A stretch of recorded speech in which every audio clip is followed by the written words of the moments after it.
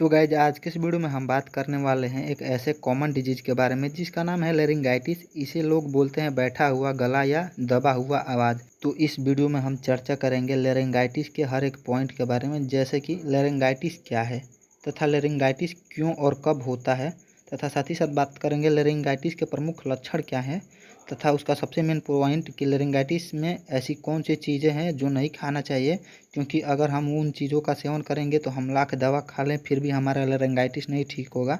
तथा साथ ही साथ हम बात करेंगे लेरिंगाइटिस का दवा यानी कि ट्रीटमेंट क्या है। तो चलिए अब अपने पहले पॉइंट के ऊपर चर्चा कर लेते हैं कि लेरिंगाइटिस होता क्या है।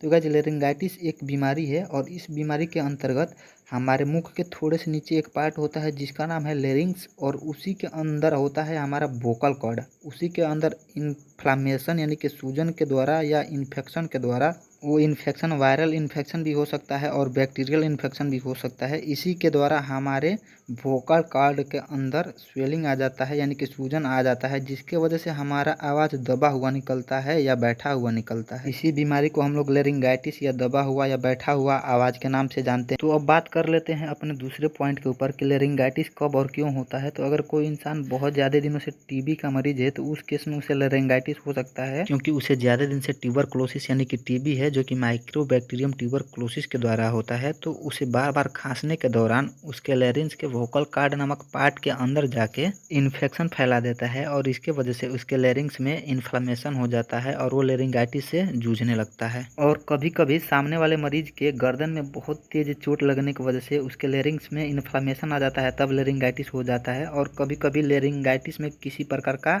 इन्फेक्शन हो जाता है, चाहे वो वायरल इन्फेक्शन हो या बैक्टीरियल इन्फेक्शन हो, उस केस में लेरिंगाइटिस हो सकता है यानी कि आवाज़ बैठ सकता है। तो अब बात कर लेते हैं लेरिंगाइटिस में क्या नहीं खाना चाहिए। तो अगर आप इन चीज़ों का सेवन करेंगे तो आप कितना भी दवा खा लीजिए, आपका लेरिंगाइटिस नहीं ठीक होगा। जैसे कि आइसक्रीम हो गया या किसी प्रकार का कोल्ड ड्रिंक हो गया या कोल्ड कॉफ़ी हो गया। अगर आप सभी लेरिंगाइटिस से जूझ रहे हैं या आप सभी का हल्का हल्का आवाज़ बैठना शुरू हो गया है तो आप सभी इसका सेवन करना बिल्कुल बंद कर दें।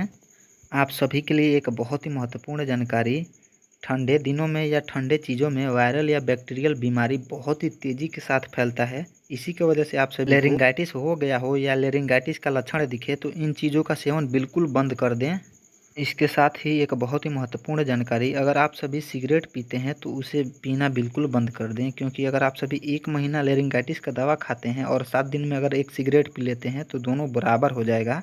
यानी कि अगर आप सभी 1 महीने दवा खाते हैं और मात्र एक सिगरेट पी लेते हैं तो फिर कोई असर नहीं रह जाएगा दवा का। अब बात कर लेते हैं सबसे बेहतरीन दवाओं के बारे में जो कि लेरिंगाइटिस के केस में बहुत ज़्यादा यूज किए जाते हैं। तो हमारा पहला दवा है मोक्सिकाइंड CB 625। ठीक है, तो इसका कॉम्पोजिशन होता है एमोक्सिलिन पोटेशियम कल्टिवेट। ठीक है, तो आप सभी इसका सेवन 2 बार कर सकते हैं।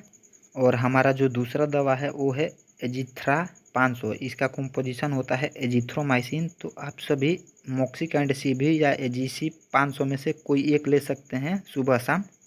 और अगर आप सभी के गर्दन में बहुत ज़्यादा दर्द है तो एसिलोफ्लाम प्लस ले सकते हैं जिसका कॉम्पोजिशन है एसाइक्लोफेनेक पैरासीटामॉल। अगर आप सभी को ये ना मिले तो कोई भी एसाइक्लोफेनेक पैरासीटामॉल का टेबलेट ले सकते हैं।